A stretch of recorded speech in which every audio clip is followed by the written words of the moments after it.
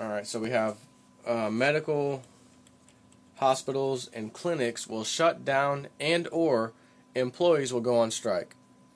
Now this goes back to I think the last report and possibly the report before that, where they talked about the Webbot talked about pharmaceutical and healthcare going down the tubes due to funding walls being hit. Some in this report specifically states that hospitals as well will be going down the tubes. People will be walking out. I'm talking about people who work there, doctors, nurses, you name it, will be walking out, never to come back. The places will also have to shut the doors because of funding problems as well. This also ties into pharmaceuticals and other health-related organizations. That's really about it, and I can see how that could happen too. You know, you can't have all these people, the public, whatever, paying for everything while the government keeps expanding, wars keep getting started, more and more spending, put it on the back burner, put it on the national deficit credit card, and meanwhile, the public is the one that needs the funding, not the banks. Because in theory, if you gave the bank the money and told the bank in writing and on the law, you have to loan this out, and I know you want people above 650 credit scores, but now, due to the economic crisis, we need to start loaning to people with 550 credit scores or something, I don't know. But they can't just hold on to the money, and that's exactly what they did. Gave us billions of dollars, and we held on to it and made some money off of it, playing the stock market and other commodities. Meanwhile, the rest of us didn't get the money we've needed in small businesses, etc. So, hospitals aren't going to be immune either. But a lot of hospitals are publicly owned, privately owned, whatever, hospitals. So, I can see that. It's good. I mean, there's people are about to get hit with the reality, not just a slap in the face. Picture, like the old Bugs Bunny cartoon, you have a sock, you fill the sock with a brick, and someone's standing there unsuspectedly, and you smack the crap out of their face with that brick. That's the kind of reality that's about to swoop down on people. The old hope and faith people, though. Oh, it'll get better. You got to have hope. You got to know it's going to get better. You can't, pay attention to these things. You got to think positive. I don't have a problem thinking positive, but if the negative things are out there demand my attention, if a Category 5 hurricane is coming across Florida and it's turning towards Tampa, that's terrible news. So should I say, I'm immune to terrible news. I'm a very happy, positive person. I'm going to stay in my house, and don't anyone tell me about this hurricane coming. Leave me alone. I'm too positive for you. And then the thing blows my damn house down and I die. Then what? You take that negative news and make a positive decision. Bad hurricane? I'm leaving before the rest of you sheep will catch on. That would be a good decision.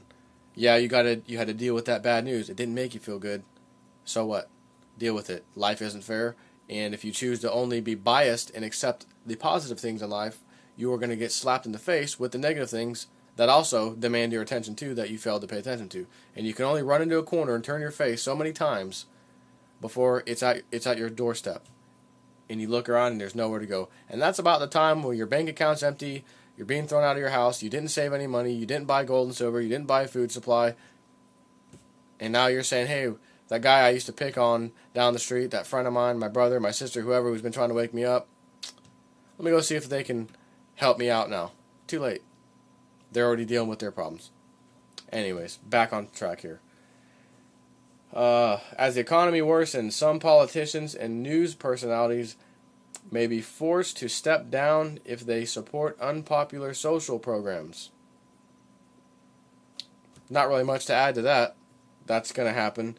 You can only herd the sheep and tell them so many things on news that there's going to be a point that's reached where the reality of the matter, no matter how much they want to believe the news and believe in that good news, the fake propaganda, when they look around, it'll be so blatantly obvious something's wrong here. And then when they turn on the news, to have that jackass who's making millions and millions of dollars, who's the think tank, the talking head, he's been in news all of his life, Geraldo at large, CNN,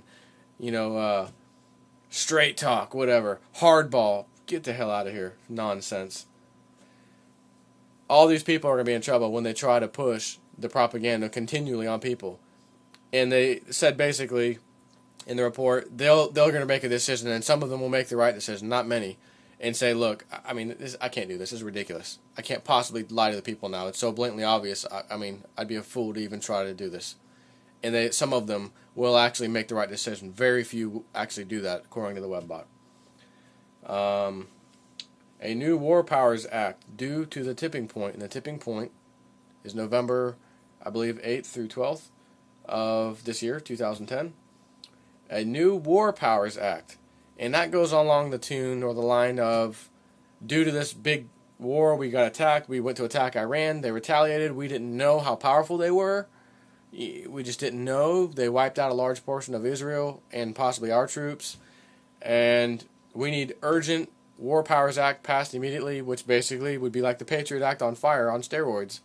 That gives the Commander-in-Chief complete and utter control above all laws because of this disaster. And the War Powers Act, of course, will strip more freedoms and demand you possibly drafted into the military. And if you want a job and you're looking for work, there's going to be a good place where there's plenty of jobs, and it's in the military. And if they pass this bill, which has already been I think it's been put into committee now, it extends the draft age or whatever from, instead of 18 to 24, it's 18 to 42. Now, why would they do that in advance this year, which it actually started in the end of 09, and it made a few steps, and now it's in the process of, how they do the bills or whatever, get it passed. That if you pay attention to these things, you will always see in advance what their plans are. It's very obvious. Why would they pass a bill, or try to pass a bill, even if it doesn't pass, why would they attempt to get a bill put on the table and pass it that extends the fighting age of Americans from 18 to 24, I believe it was 18 to 24, they may have upped it to 28, if I recall. Anyways, 18 to 42? Listen, I got a family, I've got a wife, and I know how politics work. You don't want me joining the military. I'll have the whole goddamn platoon or squadron, whatever the hell they're called nowadays, in complete opposition to your wartime agenda. So you don't want to have me in recruited. You might as well skip my mailbox and go to the next guy. I'll be more of a problem for you than the average sheep. The election will not be as devastating for the incumbents, but the right will be upset about the visually clear voter fraud. However, due to the new war, it's quickly forgotten. In other words, more voter fraud going on. Those of us who are, a tiny percent of the population who are awake, wide awake, know we got to vote these guys out. We're going to vote someone else. We're not going and playing the Democrat versus Republican to these guys who have been in politics all their lives, and it's just like hiring another guy from the mafia of the Gambino family and then hiring someone else from the, Gotti family or whoever. And one's a Democrat, one's a Republican. It's like it's your favorite sports team. Well, it's my team. It's my team. I got to vote for him. Well, I guess that's why Hitler got to power and people stood by him. I mean, I don't know what to say about that. But those of us who know don't vote that way. Sadly, as this is saying, not enough of us, not even close, are enough to get rid of these people that we keep thinking in our heads, oh, that guy's going to be gone. This moron, he's out of office. I can't wait for the November elections. When in fact, most of them stay. A huge majority of them stay. And the ones who didn't get voted cry foul and say, well, there's clear voter fraud, which may be the case, but it doesn't matter either way. We're still screwed. Either of them could have won and it wouldn't matter. And again, due to the war, the whole voter fraud and this and that, it'll be quickly forgotten. Something more important will be on the table at that point. Keep you focused over here while they over there do their little dirty work.